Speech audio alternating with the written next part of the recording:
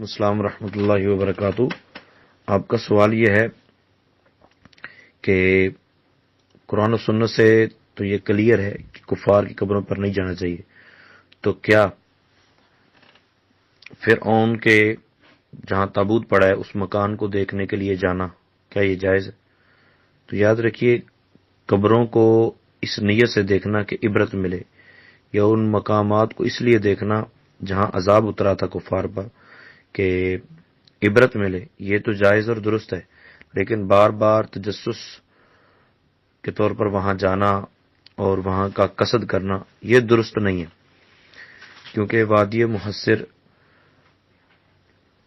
جہاں پہ اصحاب فیل پر عذاب آیا، یا دیگر قوم عاد اور قوم سمود پر جہاں عذاب اترا، ان مقامات سے رسول پاک صلی اللہ علیہ وسلم نے جلدی جلدی گزرنے کا حکم دیا۔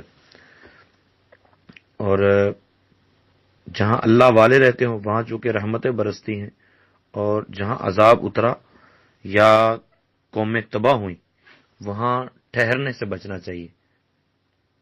اللہ تعالیٰ امت مسلمہ کے حال پر کرم فرمائے۔